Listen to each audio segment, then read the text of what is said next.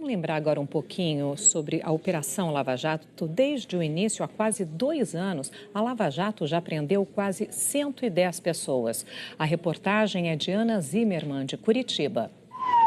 Cenas desse tipo já se repetiram dezenas de vezes nos últimos 2 anos. A primeira fase da Lava Jato, em março de 2014, atingiu em cheio os doleiros e pessoas ligadas à lavagem de dinheiro. 19 pessoas foram presas, 6 continuam na cadeia, inclusive o dono deste posto de gasolina que acabou batizando a Operação Lava Jato. Carlos Habib Chater já foi condenado por lavagem de dinheiro e cumpre pena no Centro de Detenção Provisória de Brasília, em regime semiaberto. No mesmo dia foi detido também o doleiro Alberto Youssef, velho conhecido da polícia paranaense, que já tinha sido preso por lavagem de dinheiro em Londrina no início dos anos 2000. Foi com a prisão de Youssef que a Força Tarefa começou a puxar o fio da meada da corrupção e 3 dias depois prendeu Paulo Roberto Costa, primeiro ex-diretor da Petrobras a ir para a cadeia na operação. Paulo Roberto ficou 2 meses preso, saiu por decisão do STF, mas voltou dias depois.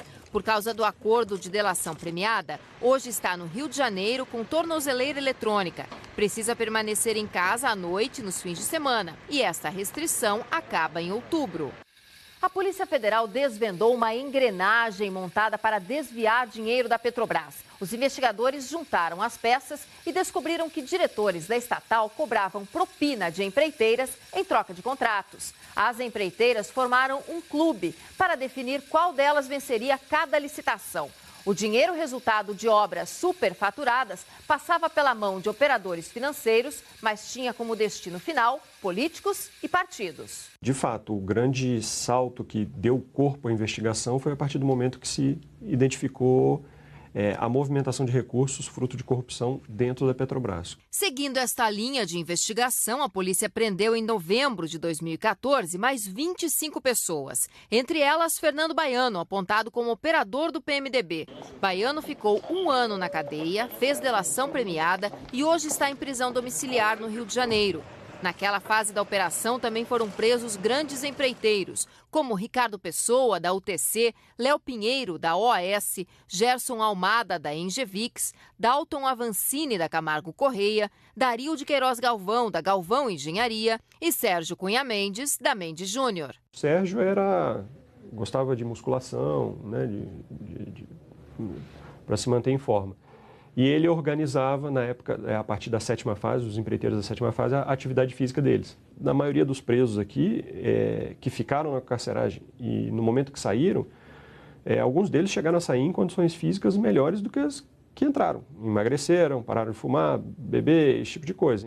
E todos os empreiteiros dessa fase já saíram da cadeia. 10 já foram condenados pelo juiz Sérgio Moro. Hoje, alguns são monitorados por tornozeleira eletrônica, outros cumprem medidas judiciais ou recorrem em liberdade. Em junho de 2015, a Força Tarefa chegou às 2 maiores empreiteiras do país, Odebrecht e Andrade Gutierrez. Os presidentes Marcelo Odebrecht e Otávio Marques de Azevedo e mais 10 pessoas foram para a cadeia, inclusive 5 altos funcionários das empreiteiras. Otávio saiu este mês, fechou acordo de delação premiada e está em casa, em São Paulo, com tornozeleira eletrônica. Marcelo Odebrecht continua preso. No núcleo Petrobras, a Força Tarefa prendeu, além de Paulo Roberto Costa, outros 3 ex-diretores, Renato Duque, de Serviços, e Nestor Cerveró e Jorge Zelada, da área internacional. Eles já foram condenados e cumprem pena na prisão. Entre os políticos investigados foram presos os ex-deputados André Vargas, que era do PT, Luiz Argolo, afastado do Solidariedade, e Pedro Correia, ex-PP, que já cumpria pena pelo processo do mensalão do PT. Os 3 já foram condenados e continuam presos. O ex-vereador pelo PT, Alexandre Romano, ficou na cadeia 2 meses e aguarda o processo em prisão domiciliar. Ainda no núcleo político, o ex-tesoureiro do PT, João Vacari Neto, foi condenado a mais de 15 anos de prisão. José Dirceu, ex-ministro da Casa Civil, que também cumpria pena pelo mensalão do PT, foi transferido para Curitiba em agosto, quando o Brasil descobriu que pichuleco era apelido de propina.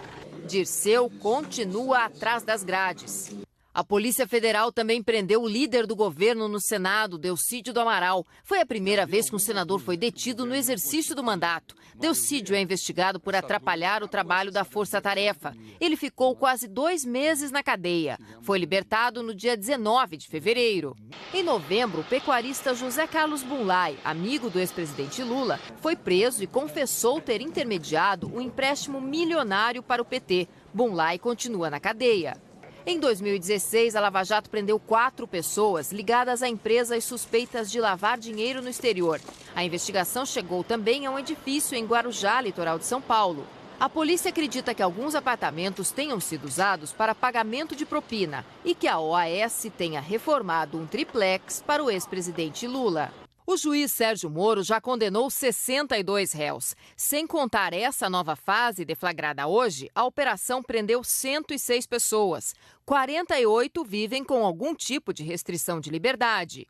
Dos 20 que continuam presos, 11 estão aqui no Complexo Médico Penal. Ficam no segundo andar desse bloco aqui atrás e seguem a mesma rotina dos outros detentos, que inclui, por exemplo, acordar às 5 horas e tomar o café às 6 horas da manhã. Almoço às 11, jantar às 5 da tarde, ponto. Eles têm direito à leitura, têm direito ao estudo, têm direito ao trabalho. Não existe nada de diferente no tratamento que esses presos aqui recebem. Num país em que se dizia que ricos e poderosos não vão para a cadeia, é aqui, nestas celas para 3 pessoas, que estão um ex-ministro, um dos maiores empresários do país, ex-parlamentares e ex-diretores da Petrobras.